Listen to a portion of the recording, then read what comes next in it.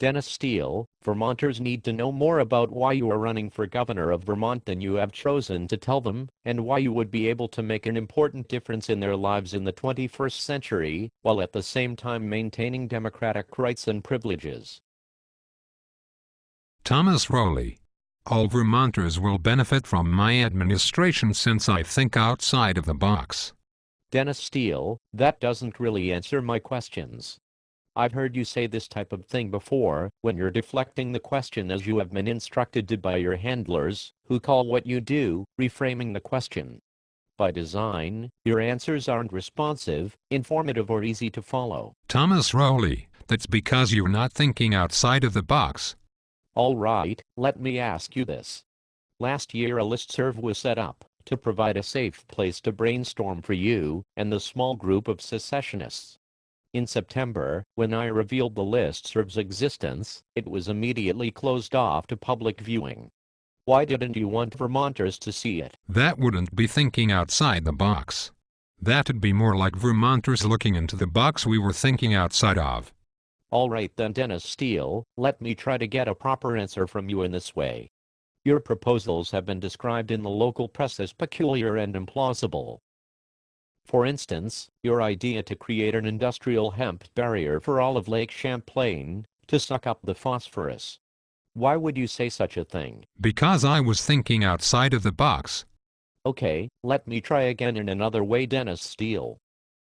You have complained that mindless bickering between the major party candidates was the reason for the regrettable tone of the campaign.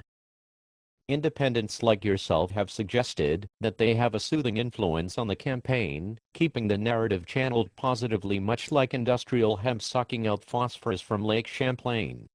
But then didn't you join in on the smear when you repeatedly referred to the Republican lieutenant governor derisively as the colonel at debates, and didn't you even thank the Vermont Press Association for allowing you to, as you said, take pot shots at Colonel Doobie, since he is a colonel in the Vermont Air National Guard?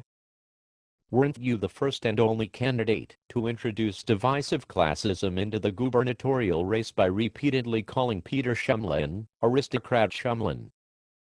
Also, hasn't your campaign just launched 2 YouTube videos mocking both Doobie and Shumlin in a further act of negative campaigning? Thomas Rowley. My campaign is about thinking outside of the box. Let's get back to your listserv. On it your members talked about how you will get 90% of the vote in the Northeast Kingdom, but you have been reported to have said that your neighbors in Kirby, Vermont have shunned you since you began to talk of secession. Why did your neighbors do that? That's because my neighbors in the Northeast Kingdom won't think out of the box. On the listserv your small group of supporters, as well as you in the debates, have talked about emptying Vermont schools and forcing all children to walk to small, decentralized schools with facilities limited to local financing, contrary to a Vermont constitutional decision in the law. Teaching would be limited to volunteers and work programs, as well as student mentoring. How do you intend to implement such an unconstitutional and illegal plan? By thinking outside of the box, Thomas Rowley.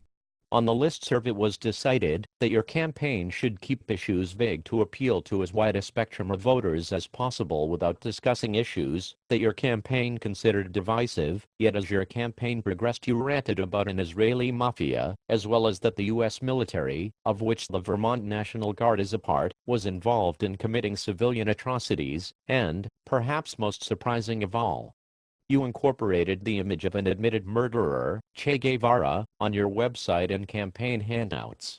Does this seem to make sense to you and your small group of secessionist supporters, and did you consider likening a government allied with the U.S. to an organized criminal enterprise, as well as suggesting that Vermonters might be committing atrocities and associating your campaign with a serial murderer like Che to be non-divisive? And, although you said officially on your website on September 15 that you were retiring the Che Guevara imagery, you were seen more than 6 weeks later and as recently as October 24 distributing handouts with Che's image on them. Why have you done all of this? Rowley. We think outside of the box. In September, your campaign objected to one journalist pointing out truthfully that your movement had the tinge of racism associated with it, while he stressed that he was not calling you or your running mates racists. Didn't your campaign then say just the opposite? That he called you all racists? And didn't your campaign argue that other journalists have the obligation to correct what was said? Why would your campaign make such a false accusation? Rowley, why won't you understand that we were thinking outside of the box? On the listserv, one member, who is your largest out-of-state campaign contributor, made very homophobic and anti-miscegenation posts, while another made references to communicating with a Vermont female journalist, as though involved in a romantic courtship. None of the listserv members, including yourself, made any statement denouncing these comments as you have said others should do, and you have gone so far as to falsely accuse others of calling you homophobic, rather than condemning the comments yourself. Why does your campaign operate in such a disingenuous manner? Thomas Rowley. We were thinking outside of the box. All right then. While you were all thinking outside of a box, didn't your members on the listserv discuss making some lying by Vermont legislators a capital offense, as well as mentioning a conspiracy involving the U.S. military and space aliens occurring on the dark side of the moon? Rowley, you just don't get what it means to think outside of the box. Dennis Steele. Isn't it true that a year and a half ago some of your listserv members were involved in recreating a governmental body that was lawfully dissolved more than 140 years ago? Isn't this body now called the Reconstituted Council of Censors, and that rather than having elections to reconstitute this governmental body, your group appointed members without input from the people to be governed? The people of Vermont? Didn't members of the group discuss that the legally elected legislators of Vermont had created an immense body of legislation over the years, and that it's the job of the newly reconstituted unelected Council of Censors to strip all that away? Thomas Rowley, I repeat, you just don't get what it means to think outside of the box. In the recent Mason-Dixon poll of Vermonters in mid-October, you placed last among the 7 named candidates for governor, with barely 1% of support among those polled who are likely to vote.